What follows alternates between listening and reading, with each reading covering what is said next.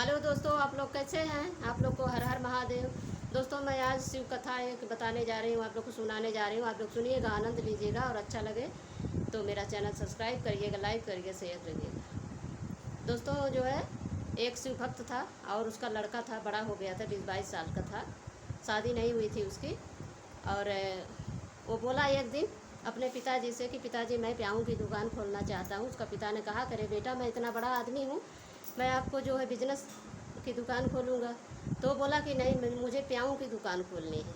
मेरे भाई बहन वो प्याऊ की दुकान खोला और पानी पिलाने लगा सबको, जितने राहगीर आते थे सबको पानी पिलाने लगा। और एक दिन की बात है कि 3 दूत उसके दुकान पे आए और वो आदमी का रूप धर के आए पानी पीने के लिए।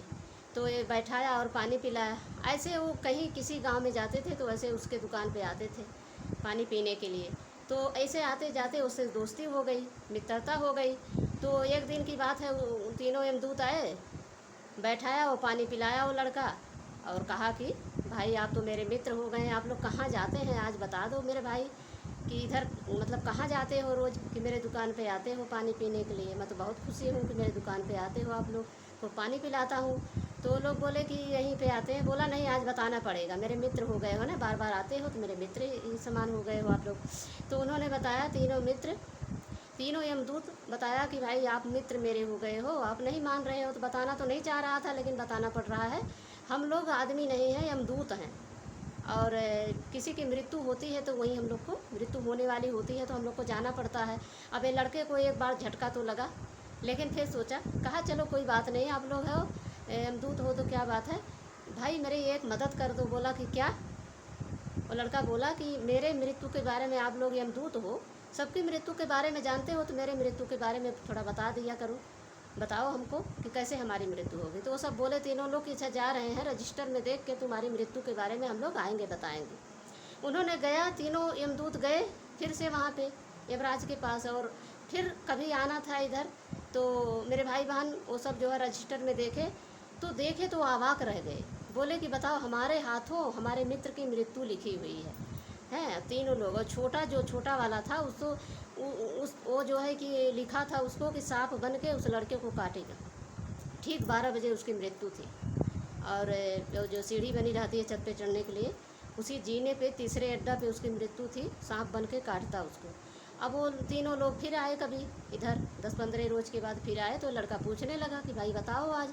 तो बता, वो तीनों लोग इतना रो रहे थे, इतना रो रहे थे कि बताओ कैसे बताएं अपने मित्र की बात, कि हमें जो है कि तुमको सांप बन के काटना है और हमें लोग के हाथ से तेरी मृत्यु लिखी है। तो बोला कि नहीं, कोई बात नहीं, क्यों रो रहे हो, बताओ ना कैसे।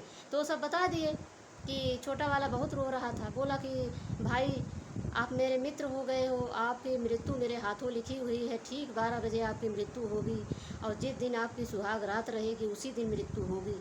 तो बहुत परेशान वो लड़का हुआ, सब कुछ बता के वो तीनों लोग चले गए मेरे भाई बहन। अब ये लड़का, इसके माता पिता कहने लगे कि शादी कर लो बेटा।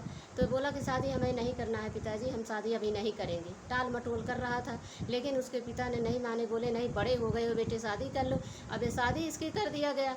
अब इसकी सुहाग रात जिस दिन थी, अभी इसकी पत्नी वहाँ ऊपर जो है 2 माले पे 56 भोग का भोजन लेके मेरे भाई बहन इंतज़ार कर रही है इसका।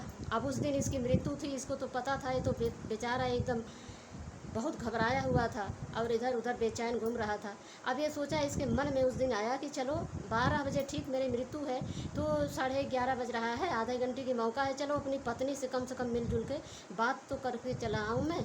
मेरी मृत्यु अभी 12 बजे इस सीढ़ी पर लिखी हुई है। अब ये जा रहा था अपने पत्नी के पास मेरे भाई बहन। बस क्या हुआ, सांप पहले से बैठा था वहीं पे। अब वो देखा तो बोला कि भाई साहब कहाँ जा रहे हो, आपकी तो समय हो गई है, 12 बजने वाला है। तो दोनों लोग बात करने लगे आपस में। तो सांप बोला कि मैं जितना हो सकेगा तुमको, मतलब कोई दुख ना हो, कोई कष्ट ना हो, मृत्यु हो जाए, मैं ऐसा दुख, ऐसा जो है विष फैलाऊंगा तुम्हारे शरीर में, तुरंत तुम्हारी मृत्यु हो जाएगी, तुमको कष्ट नहीं मिलेगा। मेरे भाई, आप तो मेरे मित्र हो गए हो। तो बोला ठीक है भैया। ये दोनों लोग बात करने लगे मेरे भाई बहन। अब क्या हुआ कि उसकी पत्नी सब कुछ सुन रही थी वहाँ से। अब उसकी पत्नी तो सोची कि आज मेरे पति की मृत्यु हो गई, मेरे सुहाग वाले दिन, सुहाग रात वाले दिन। अब एक उधर क्या हुआ, दूसरे तरफ मेरे भाई बहन, वीडियो बहुत बड़ी हो जाएगी मेरे भाई बहन। वो दूसरी तरफ एक निर्धन पिता था, वो अपनी बेटी को अपने यहाँ लाया था मायके में। बहुत गरीब था, उसकी पत्नी उसकी बेटी गर्भवती थी और उसको प्रसव पीड़ा परेशान कर रही थी मेरे भाई बहन। उसके बाद उसको बच्चा पैदा हुआ, लड़का पैदा हुआ, और वो लड़की को इतना भूख लगी थी। बच्चा पैदा होने के बाद बहुत भूख सताती है मेरे भाई बहन। तो लड़की बोली अपने पिता से कि पिताजी मुझे बहुत भूख लगी है, कुछ ला के मुझे दे दो, नहीं मैं अपने बच्चे को खा जाऊंगी, इतनी भूख मुझे लगी है। अब वो पिता परेशान, बोला कि बेटी जा रहा हूँ, 12 बजने वाले हैं, इस रात को कौन, सब तो सो रहे हैं, मुझे खाना कौन देगा। मैं तो रोज़ मांग के लाता हूँ, लेकिन इस रात को कौन मुझे देगा। बोला कि अच्छा जा रहा हूँ, ठीक है। गया।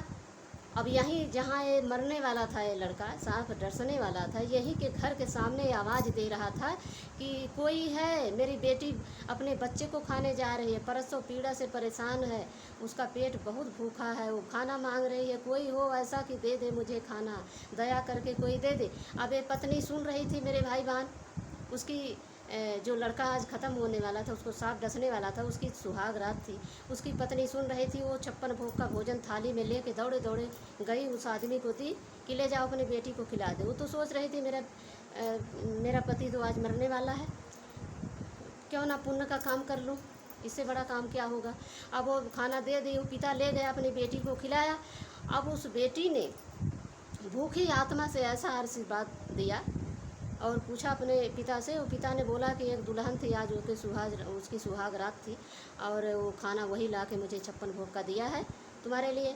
तो भूखी आत्मा से ऐसा आशीर्वाद उसके निकला कि विष्णु भगवान का सिंहासन हिल गया मेरे भाई बहन। और विष्णु भगवान ने कहा कि मेरा सिंहासन हिल रहा है, क्या बात है। उन्होंने देखा कि भूखी आत्मा अपने बच्चे को खाने जा रही थी और उसको भोजन मिला, तो ऐसा आशीर्वाद दिया कि जो मुझे खाना दिया है वो अखंड सौभाग्यवती हो और उसका सुहाग अमर हो जाए। तो भूखी आत्मा से चाहे हाय निकले चाहे आशीर्वाद निकले मेरे भाई बहन, वो लग ही जाता है।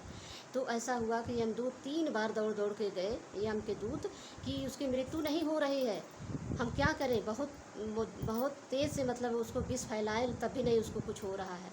तो यमदूत जब गए अपने यमराज के पास, तो यमराज ने भगवान के पास गया कि आज पहली बार ऐसा हो रहा है चमत्कार, भगवान मैं क्या करूं। तो भगवान ने कहा कि कोई बात नहीं, अगर नियम मेरा बदल जाए, हमेशा का नियम मेरा बदल जाता है तो कोई बात नहीं है। भूखी आत्मा से ऐसा आशीर्वाद जो है कभी कभी निकलता है।